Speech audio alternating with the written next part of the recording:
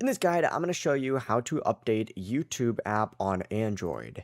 Before we get into this guide, make sure to like the video and subscribe to the channel with all notifications on. It really does help with the channel and it lets us know that you want more content like this. We'd greatly appreciate it. And if at any point throughout this guide you did have any questions, just ask them down in the comment section below and we can help you out further. I'm going to be doing my best to reply to every single comment down there. Begin by closing out of YouTube and you need to open up the Google Play Store on your phone.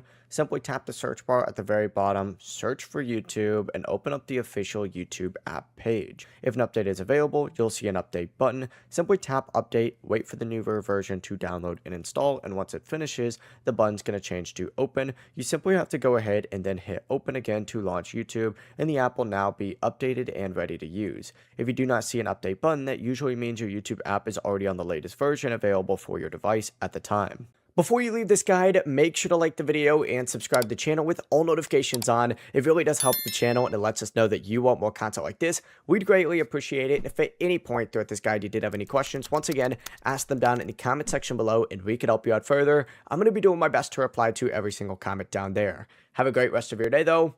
Peace.